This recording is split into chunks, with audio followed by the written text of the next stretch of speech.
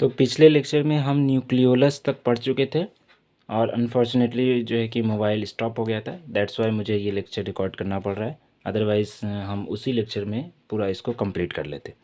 तो पिछले लेक्चर में हमने न्यूक्लियोलस तक पढ़ लिया था कि न्यूक्लियस के अंदर जो है कि 5 कंपोनेंट्स होते हैं, इन्वेलप, न्यूक्लियोप्लाज्म, न्यूक्लियोलस, क्रोमैटिन और न्यूक्लियर मैट्रिक्स। उसमें से 3 कंपोनेंट्स हमने देख लिया था। चौथा कंपोनेंट हम पढ़ रहे थे क्रोमैटिन के बारे में। क्रोमैटिन डीएनए और प्रोटीन का कॉम्प्लेक्स होता है।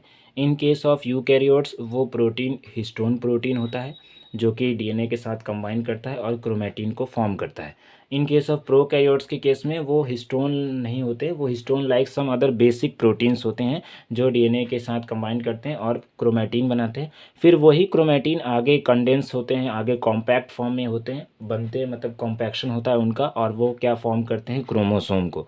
जो भी बच्चे, जो भी स्टूडेंट्स क्लास 12 पढ़ चुके होंगे या मॉलिक्यूलर जेनेटिक्स ऑफ इनहेरिटेंस पढ़ चुके होंगे, उन्हें ये मालूम होगा कि कंडेंसेशन या पैकिंग ऑफ जेनेटिक मटेरियल कैसे होता है, डीएनए न्यूक्लियोसोम क्या होता है, वो इसके बारे में पढ़े होंगे कि डीएनए और साथ में जब हिस्टोन प्रोटीन्स मिल जाता है तो क्या बनता है, क्रोमैटिन बनता है। फिर वही क्रोमैटिन आगे चल के और कॉम्पैक्ट फॉर्म में होता है और कम स्पेस में उसको कंटेन किया जाता है, तो वही क्या कहलाता है, क्रोमोसोम कहलाता है।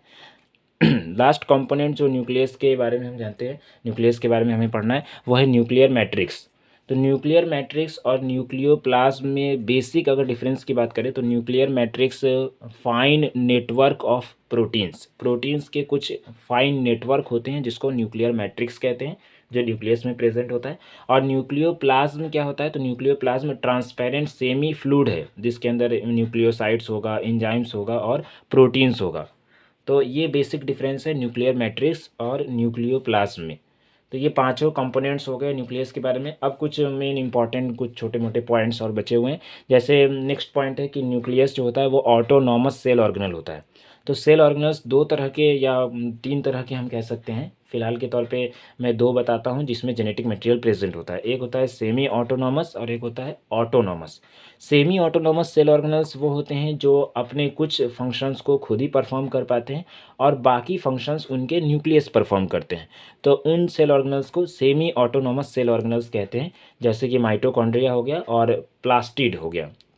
उसके बाद अगर ऑटोनॉमस सेल ऑर्गेनल की बात करें तो ऑटोनॉमस सेल ऑर्गेनल वो सेल ऑर्गेनल्स जो अपने सारे फंक्शंस को खुद ही परफॉर्म करते हैं, जैसे हमारा न्यूक्लियस। तो न्यूक्लियस अपना सारा फंक्शन खुद ही परफॉर्म करता है, उसको किसी और की हेल्प लेने की ज़रूरत या किसी और पे डिपेंड होने की ज़रूरत नहीं पड़ती है। जबकि माइटोकॉन्ड्रिया और प्लास्टिड की बात करें तो वो न्यूक्लियस पे डिपेंडेंट होते हैं मोर और लेस, क्योंकि वो अपने पूरे फंक्शंस खुद परफॉर्म नहीं कर पाते हैं। तो उनको सेमी ऑटोनॉमस सेल ऑर्गेनल कहते हैं और इनको ऑटोनॉमस सेल ऑर्गेनल कहते हैं न्यूक्लियस को। उसके अलावा न्यूक्लियस के अंदर जो है कि वो जेनेटिक मटेरियल प्रेजेंट होता है जिसको हम डीएनए कहते हैं।